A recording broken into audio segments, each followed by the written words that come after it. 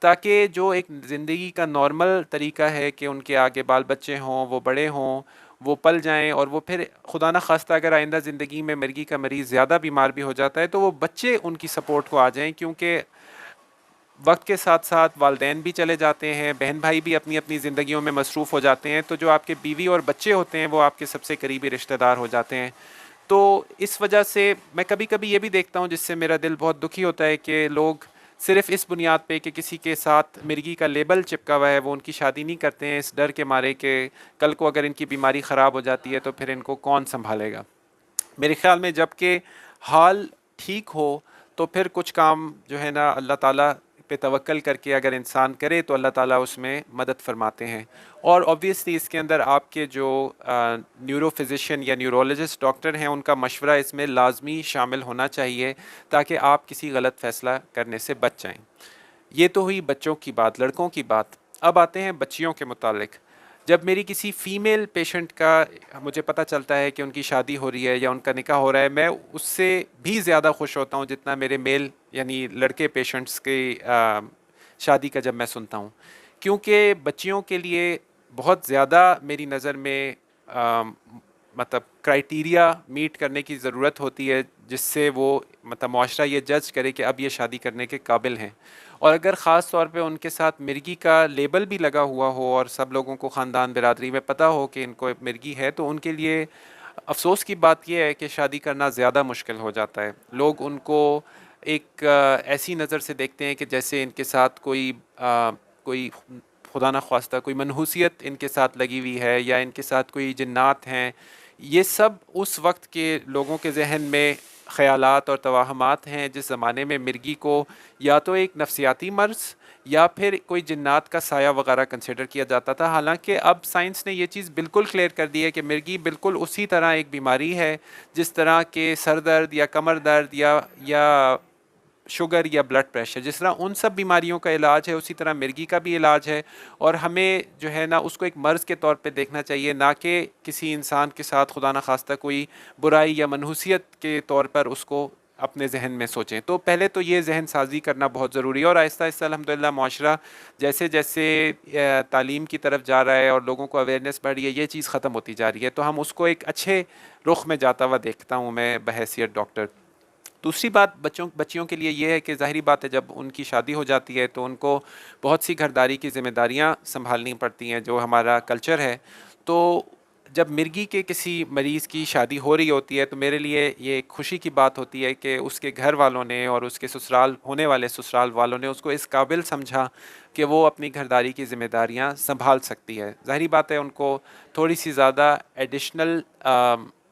میری نظر میں سپرویژن کی ضرورت ہوتی ہے، یا ان کو مطلب اکیلے رہنا شاید اتنا اچھا نہ ہو جتنا ایک فیملی کے بیچ میں رہنا، کہ خدا نخواستہ کسی دن اگر ان کی طبیعت خراب ہوتی ہے تو ان کو فوری طور پہ ہیلپ ملے۔ لیکن پھر بھی انہوں نے وہ مرحلہ اچیو کیا جہاں پہ معاشرے نے ان کو قبول کیا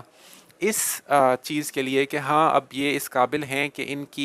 ان کو گھرداری کی ذمہ داریاں، ایک فیملی لائف کی ذمہ داریاں سونپی جا سکیں۔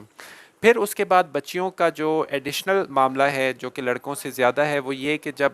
ان کو شادی کے بعد حمل ٹھہر جاتا ہے تو انہوں نے بچے کو اپنے پیٹ میں اپنے جسم میں کیری کرنا ہے، اور جو دوائیں وغیرہ وہ لے رہی ہوتی ہیں ایپیلیپسی مرگی کے لیے تو وہ بچے کو بھی اس کا ایکسپوجر اور اثر ہو جاتا ہے۔ تو اس چیز کے اندر جو ڈاکٹر صاحب ہے ان کو ایکسٹرا خیال رکھنا پڑتا ہے کہ کوئی ایسی دوائیں نہ ہوں جس سے اس بچے کے اوپر کوئی برا اثر پڑے، جس سے اس کا ذہن کمزور ہو جائے، جس سے آئندہ زندگی میں اس کو کوئی کمزوری واقع ہو جائے۔ تو اس چیز پہ بہت زیادہ، اور میں پاتا ہوں کہ ہمارے معاشرے میں افسوس کی بات یہ ہے کہ اس چیز کے متعلق سوچ کم ہے، ایون ڈاکٹر صاحبان میں بھی، کہ وہ ایسی دوائیں نہ دیں کہ جس سے بچوں کی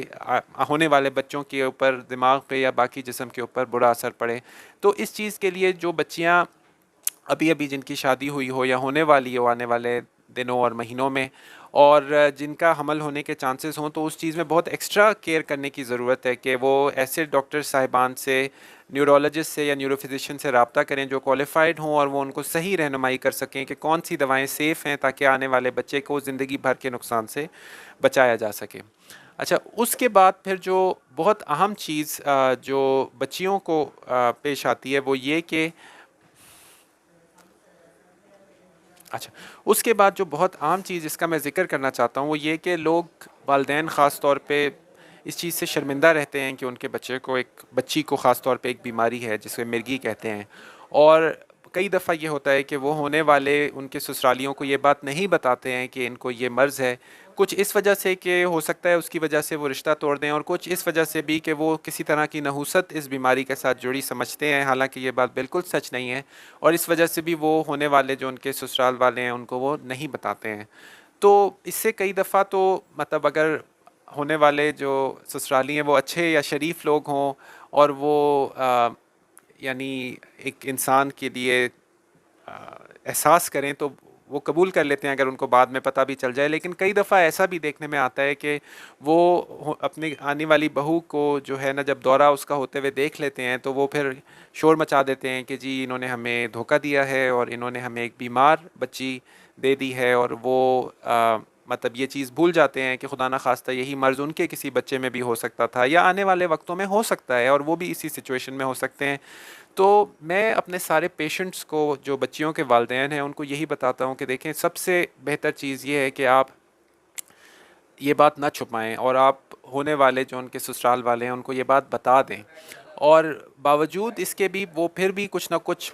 کم بتاتے ہیں والدین، تو میں ان کو ایک آپشن یہ بھی آفر کرتا ہوں یا سجیسٹ کرتا ہوں کہ آپ اپنے جو ہونے والے ان کے سسرال والے ہیں ان کی ملاقات ان کے ڈاکٹر صاحب سے کرا دیں، کیونکہ عموماً ڈاکٹر ایک بیلنس کے ساتھ بات بتاتا ہے، نہ وہ کم بتاتا ہے نہ وہ زیادہ بتاتا ہے، اور وہ اس چیز سے دیکھ رہا ہوتا ہے، اس رخ سے دیکھ رہا ہوتا ہے کہ اس کا جو سارا انٹرسٹ ہے اپنے پیشنٹ کے ساتھ ہوتا ہے، وہ چاہتا ہے کہ اس کے پیشنٹ کی بھلائی ہو جائے، تو بعد میں اگر خدا نخواستہ کبھی کوئی ایشو آ بھی جائے تو اس کے سسرال والوں کو یہ بولا جا سکتا ہے کہ دیکھو بھئی ہم نے تو آپ کو ڈاکٹر صاحب کے سامنے کر دیا تھا، اب جو ڈاکٹر صاحب نے مناسب سمجھا، وہ پروفیشنل ہیں، انہوں نے آپ کو بتا دیا اور ساری ذمہ داری ان کے اوپر شفٹ ہو گئی، اور میں اس کو ایک بہت اچھی سچویشن پاتا ہوں، لیکن انفارچونیٹلی افسوس کی بات یہ ہے کہ کم لوگ اس آپشن سے فائدہ اٹھاتے ہیں اور وہ اسی روش کو اختیار کرتے ہیں کہ وہ اپنے مریض کے متعلق کلیئر بات نہیں کرتے ہیں بلکہ مبہم طریقے سے اپنی بیٹیوں کے متعلق بات کنوے کرتے ہیں کہ بھئی ان کو تو تھوڑی سی جو ہے نا ایک دم ٹینشن ہو جاتی ہے یا ان کو ایک دم سے تھوڑی گمسم ہو جاتی ہیں،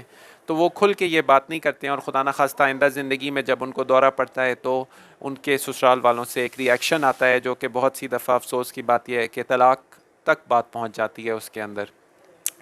اچھا، پھر اس کے بعد جو ایک اور اہم ٹاپک یہ ہے کہ جب بچیوں کے بچے ہو جاتے ہیں آگے تو ان کے مدر فیڈنگ کا کوشچن آتا ہے، اور اس میں بھی کچھ دوائیں ایسی ہیں کہ جن میں مدر فیڈنگ سیف ہے اور کچھ دوائیں ایسی ہیں جن میں مدر فیڈنگ سیف نہیں ہے، کیونکہ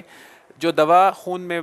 پیشنٹ کے سرکولیٹ کر رہی ہوتی ہے وہ ماں کے دودھ کے ذریعے سے بچے تک بھی پہنچ جاتی ہے، تو اس کے لیے بھی پھر جو پیشنٹ ہے، مریضہ ہے، اس کے ڈاکٹر صاحب یا صاحبہ سے مشورہ کرنا چاہیے، اس کے جو نیورو فزیشین ہیں یا نیورولوجسٹ ہیں، تاکہ وہ ایک مناسب ایسی دوا سجیسٹ کر سکیں کہ دورہ بھی کنٹرول رہے اور بچے کے اوپر بھی کوئی منفی اثر نہ پڑے۔ میں جب کسی ینگ پیشنٹ کو، چاہے وہ لڑکا ہو یا لڑکی ہو، 13 14 15 سال کی عمر میں دیکھتا ہوں تو اس چیز کے ساتھ ساتھ کہ ان کی پڑھائی لکھائی اور ان کی روزمرہ زندگی اثر انداز نہ ہو ان کے دوروں سے، میرے ذہن میں ایک دم یہ آتا ہے کہ آنے والے 5 7 سالوں کے اندر یہی مرحلہ شادی کا ان کے لیے آئے گا، اور ہمیں بروقت طور پہ ایک ایسی دوا یا ایسا علاج ان کے لیے تجویز کرنا چاہیے جو آنے والے سالوں کے اندر ان کے لیے سوٹیبل رہے گا، ان کو ایسے سائیڈ افیکٹس نہیں کرے گا جس سے ان کا نقصان ہو اور یہ شادی کے لیے سوٹیبل کینڈیڈیٹس نہ بن سکیں۔ میری نظر میں جیسے میں نے شروع میں کہا کہ شادی جو کہ ایک فیملی کی بنیاد ہوتی ہے، وہ ہمارا سب سے بڑا سوشل نیٹ ہے، اور میں سمجھتا ہوں کہ وہ ہمارے معاشرے کی سب سے بڑی اسٹرینگتھ بھی ہے، ایک مضبوطی ہے جو کہ ہم سب کو جوڑ کے رکھتی ہے، اور وہ ہم سب کے لیے ایک کشن کا ذریعہ یعنی کشن بن جاتی ہے جب ہم کسی مشکل میں ہوتے ہیں کہ ہمارے بھائی بہنیں بیوی بچے ہمیں سب جو ہے نا بچانے کے لیے آ جاتے ہیں جب کسی طرح کی بھی مشکل ہمارے اوپر پیش آتی ہے۔ تو ایسے لوگوں کو جن کے ساتھ یہ مرض مرگی کا جن کو پیش آ جاتا ہے تو ان کو خدا را اپنے توہمات کی بنیادوں پر بغیر کسی پراپر نالج کے یا کسی پراپر ڈاکٹر کے مشورے کے ان کو شادی جیسی عظیم انسٹیٹیوشن یا شادی جیسے عظیم زندگی کے جو مرحلہ ہے اس سے جو ہے روک کے نہ رکھیے، اور ان کے ڈاکٹر صاحب سے مشورہ کیجئے پراپر، اور ان کے مشورے کے اوپر عمل کیجئے. اور جو ڈاکٹر صاحبان ادر دین نیورولوجسٹ، یعنی نیورولوجسٹ سے ہٹ کے جو مرگی کے مرض کو مینج کرتے ہیں، میں ان کو بھی یہی سجیسٹ کروں گا کہ وہ اگر چند چیزیں پوری ہو رہی ہیں، کہ اگر وہ مریض انڈیپینڈنٹ ہے، اگر وہ مریض کے دورے کنٹرولڈ ہیں، وہ اس قابل ہے کہ وہ معاش کا انتظام کر سکے، اگر وہ مرد ہے، اگر وہ دواؤں کے متعلق ریگولر ہے، اور آپ کو ایسا لگتا ہے کہ اس کی بیماری آگے جا کے بڑھے گی نہیں اور کنٹرول رہے گی، تو ان کو جو ہے نا اس چیز سے روکا نہ جائے اور ان کو اجازت دی جائے. اور اگر آپ اس فیصلہ کرنے کے اپنے آپ کو اہل نہیں سمجھتے ہیں تو ان کا کسی پراپر نیورو فزیشین یا نیورولوجسٹ سے مشورہ کرایا جائے. اور بچیوں کے لیے بھی ان کو بر وقت ایسی دواؤں کے اوپر رکھا جائے جس سے ان کے آنے والے بچوں کے اوپر برا اثر نہ پڑے، وہ مدر فیڈ کر سکیں، اور ان کے دوروں کو اتنے اچھے طریقے سے کنٹرول کیا جا سکے کہ وہ گھرداری کی ساری ذمہ داریاں سنبھال سکیں، تاکہ اسی طرح ہم اپنے نیکسٹ جنریشن کے جو خوشی کے معاملات ہیں اور خوشی کے زندگی میں ایونٹس ہیں وہ انجوائے کرتے رہیں، اور آئندہ زندگی میں ان کے جو بچے ہیں اور ان کے جو گھر والے لوگ ہیں وہ ان کی سپورٹ کریں، اور ان کے مرض کے اندر ان کو وہی مدد کریں، ان کو سپورٹ دیں جیسے ان کے والدین اور بہن بھائیوں نے دیا ہے. میں امید کرتا ہوں کہ آج کی ویڈیو سے میں کسی کی اللہ کرے زندگی بہتر کر سکوں، بہتر بنا سکوں. اپنا بہت بہت خیال رکھیے گا، مجھے دعاؤں میں یاد رکھیے گا. السلام علیکم ورحمۃ اللہ وبرکاتہ.